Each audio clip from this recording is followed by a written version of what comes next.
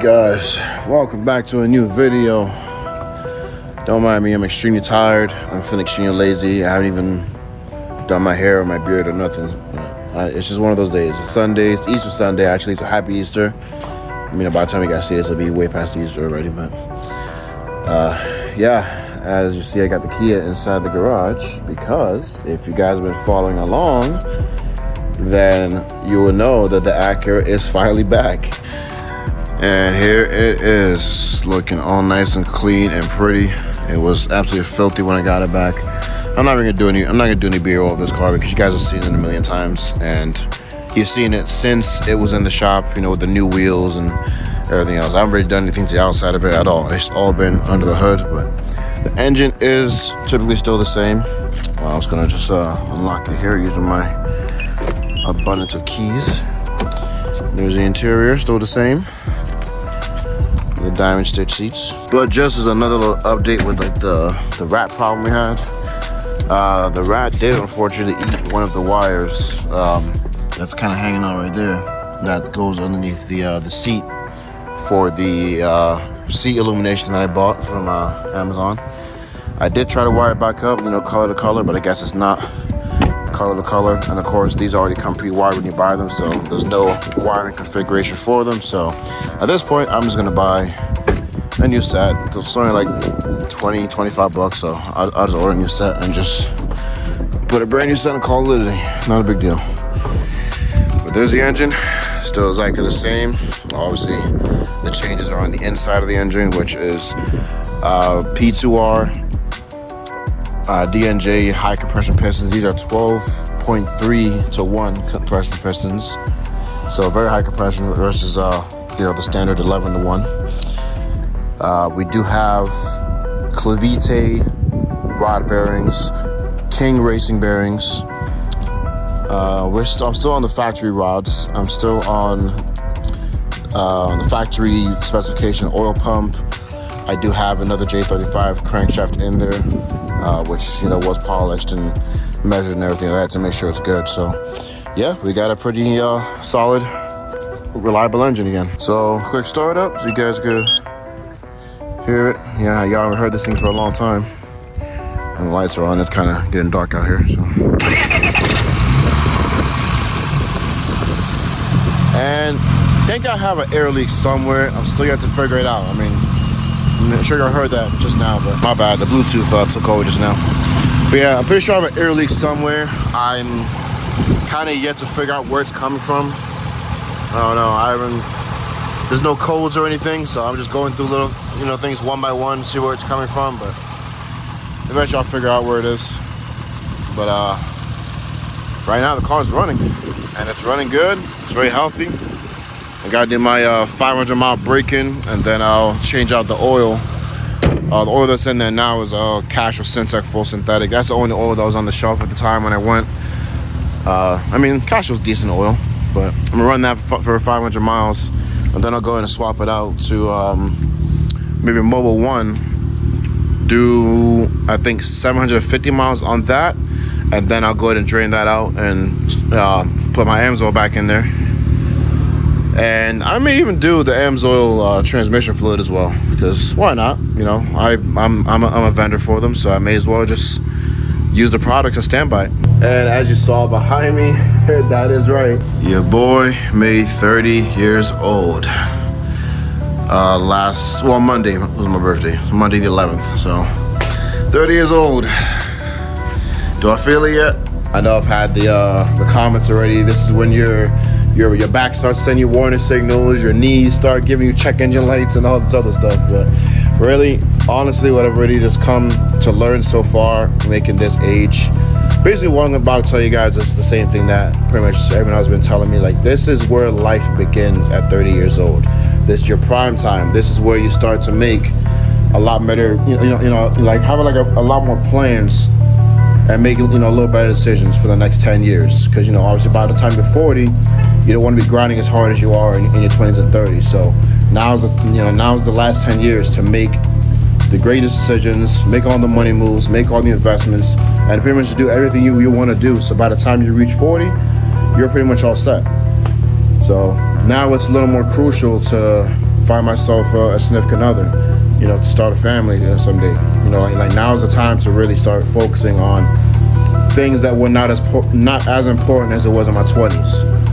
And you see, I've already done a little bit of changes. You know, I've gotten a different hairstyle. You know, I decided to go with fade because if you guys knew, I was kind of losing my hair. I'm still losing a little bit of it, but it's not as bad as it was. So I have my hair pretty much growing all the way around. So just kind of level it out a little bit and give it more style. I just did the fade on the side, which is already growing back already.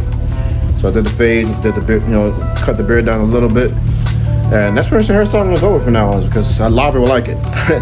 A lot of people like this hairstyle, and I like it as well. So this is gonna be the new Jonathan. Simple as that. But what I'm gonna do today, I mean, it's about 6:30 right now. So before it starts to get dark, I want to do a couple things. I definitely need to change out this license plate bracket. I need to change that out. Also comes with the camera. And I also need to change out this right here. Let me just open it real quick. I need to change out this screen, because this screen is, yeah, as you can see, it's very discolored. This is from it sitting in the sun for several months. It's, yeah, see right there, you can see what's kind of happened to it. Like the sun has like baked itself into the navigation screen. You can see it even more once I put it in reverse here. You can pretty much see the quality. Exactly. So it's not as clear as it used to be. So I'm gonna go ahead and take this little area out right here, change out that screen, and then I shall change out the bracket in the back with the new camera, and then that should be it. It'll pretty much be dark by then. And there's just something else I've been seeing across the Acura pages since the beginning of the year now. As you see, it's saying it's 1:20 p.m. and it's already 6:30 something right now. This is something that's been going on since the beginning of the year, because apparently Acura didn't think they would still own these cars, you know, after what, 17, 18 years, you know, since like the 04 TL came out. They didn't think we still own these cars. They think, okay, you know, you guys have bought something new by now. Which in my case, I have. It's sitting there in the garage, but I still have this one, just like thousands of other TL enthusiasts. We still have these cars because they're still decent, reliable cars to drive around. So that being said, you can't, that's on the navigation models, you cannot adjust the time. Even though it says clock adjustment right here, I'm just gonna just, as an example. So automatic daylight saving time, time zone set by GPS, okay, so technically, you know, it's supposed to keep up with, you know, the actual world time. But in this case, I'm gonna adjust it right now, just for example. So we're gonna put 6, let's just put the time is 6, let's see, oh shit, whoops, my bad. All right, we're gonna try that again. So more clock adjustment. So we're gonna do the hour at 6. What in the hell? Yeah, more reason to change out the screen right now, because I can't look at the camera and all that at the same time. Maybe I'm pushing the wrong thing, or maybe it's not calibrated as well anymore. But yeah, we're gonna just do that for example. 6:47, I'm gonna hit done, and it's still saying 122 outside, so up here. So yeah, there's no way to adjust it. It's to where it's gonna actually take the adjustment that you set to it. It's gonna just be something that Acura's gonna have to hopefully eventually fix. I did read somewhere that by, I think, August, they're gonna have a software update to correct that. So for right now, you gotta just use your phone or your watch to keep up with the time while you're driving this car. All right, so I'm gonna go ahead and get my mount. I can stick to the sunroof, so I can show you like a nice view right here. So I can show you guys what I gotta do to take the screen out. So bear with me. Oh yeah, this is one of the birthday gifts I got from a friend of mine. She got me this flask with the Acura emblem on it. And this is actually a gift I got from my mom, which I'm dying to try this out, see how it really works. It's pretty much like a phone holder that pretty much chases you. You know, it pretty much it's, you know, it's like an AI face tracking tripod. So it's pretty much going to be, you know, as I'm walking around, the thing's going to pretty much move with me. So that'll be dope to try out. That was a very, very nice thoughtful gift, Mom. Thank you. Okay, so this is not very too difficult to do. All you're gonna need is a Phillips head screwdriver and a little panel popper. So we're gonna start with the panel popper. We're gonna take off these little side pieces right here for the radio. You're gonna take it off from right here, pop out that first piece. Actually, should open this actually, sorry. All right, That one's gonna come loose. This one's gonna come loose. And then this is gonna just come out. You're gonna just tug at it just gently. It's gonna feel like it's gonna break, but it's not going to. All right, so that's one. Same thing on the other side. Let's keep that open. All right, both of those are off now. Next, we're gonna take a Phillips head screwdriver, and we're gonna take off. Actually, I don't think we need to take these off. So we'll start with these up here. So we're gonna take off the screws that's holding in this area.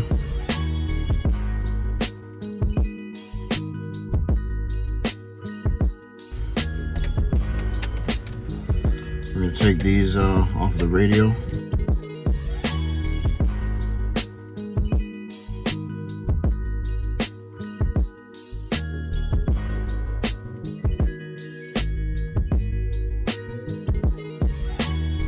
All right, next we're gonna want to come up here.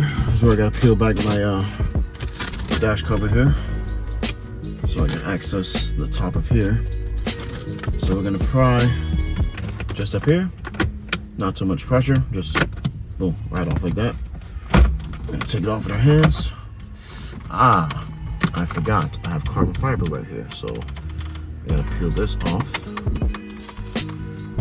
And then I can get the rest of this thing out. I hope I didn't break it just now, but I kinda did, but oh well, it'll be okay. Oh yeah, fix it real easy.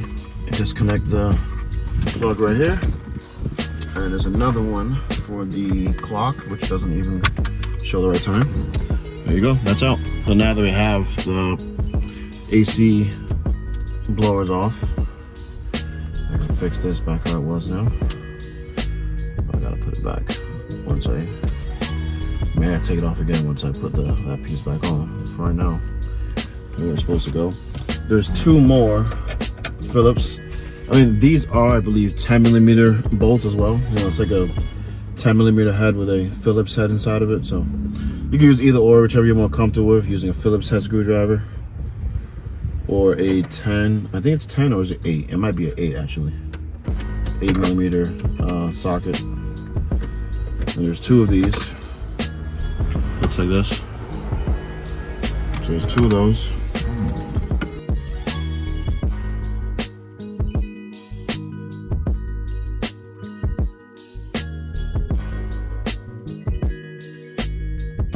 Okay, and it should be about ready to come out now. So now they should be able to, let's see, there's screws right here. There's supposed to be two screws right here, but I already took those out previously. So it should now just be able to pop this off. It might be a little bit difficult because I got the carbon fiber attached to it, but it should pretty much come off at this point.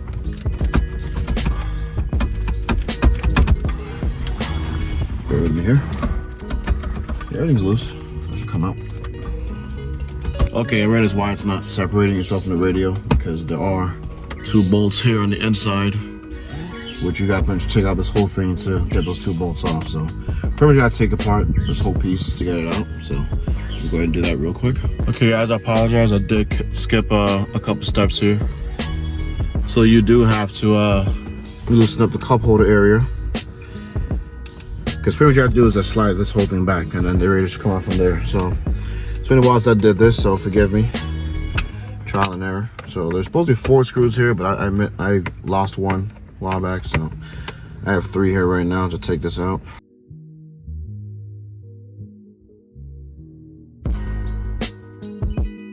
And then I take out my little oh yeah, that's got to go back in the house. I'm gonna take out my little accessories and belongings I have right here, because we gotta take all this out. Disconnect this. Because we gotta take these two right here.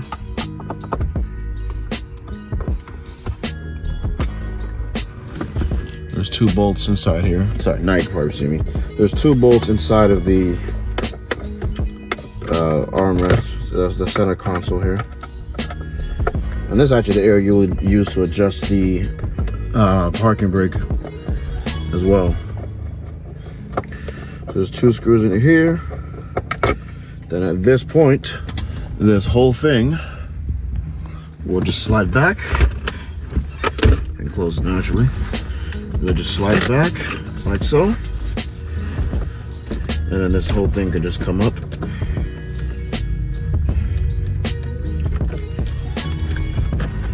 And there it is. Pretty much just peel it back through here. There we go. That's all for right there to get this part loose. Okay, so now we got this part loose right here. Now we can just get this out on its own, like so. All right, there it is. It's loose. So now at this point, what you're gonna want to do is pretty much loosen the connectors from the dashboard. So there is 3 back here. So there's 1. There's 2 and 3. Oh, wait, is there 1 more? Oh yeah, there's 1 more for the antenna for the radio that I never use.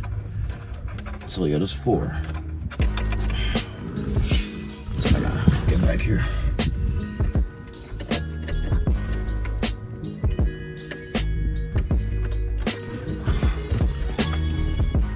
You know, honestly, I really need to take this out. It's just for hanging on the radio, so I got you leave that in. I'm just gonna focus on this right here, which is the navigation unit.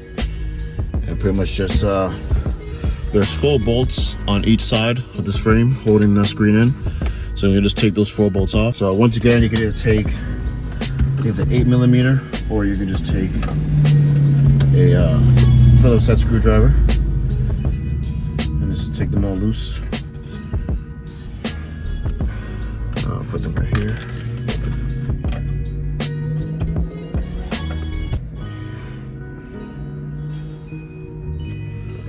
Let's see.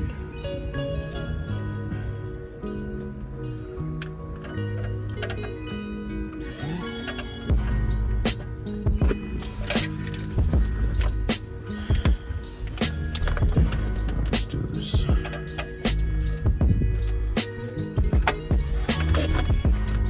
Yeah.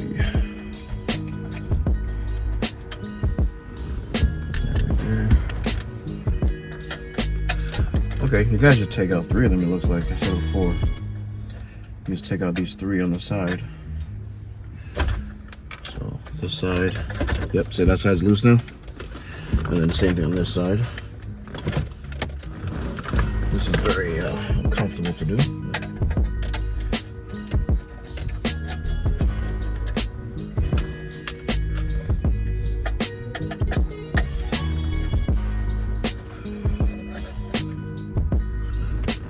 And then the screen should just come out at this point. Here we go. Screen's out. Boom, done. All right, so now we got the screen out of here. I can pretty much go over to my little table that I got right here. I'm gonna move some stuff off here real quick. Don't mind my alarm. All right, so as you can see, I have 2 navigation displays here. This is my original one, which we're changing out, and then this is the one that is gonna go in the car. Now you see I already took off the buttons on the side of this because I have aftermarket red LEDs in here, which are a lot brighter. So I'm gonna swap those over to this. And then I'll just have to take off the carbon fiber and just transfer onto this one. All right guys, I'm back. It is nighttime as you can see, but I just wanna show you guys that the navigation is working. Everything's back together, swapped all the lights over. The other thing I gotta do now is just put the carbon fiber back onto it. But as you can see, it's colors are back to normal again. There you go. I mean, it's a little bit dirty, just gotta clean it up a little bit, but there you have it. Everything is how it's supposed to be. Let's just go back a little bit. There you go. That's the day mode. Day mode, night mode. So I'm just gonna put the carbon fiber back on, and then that should be it.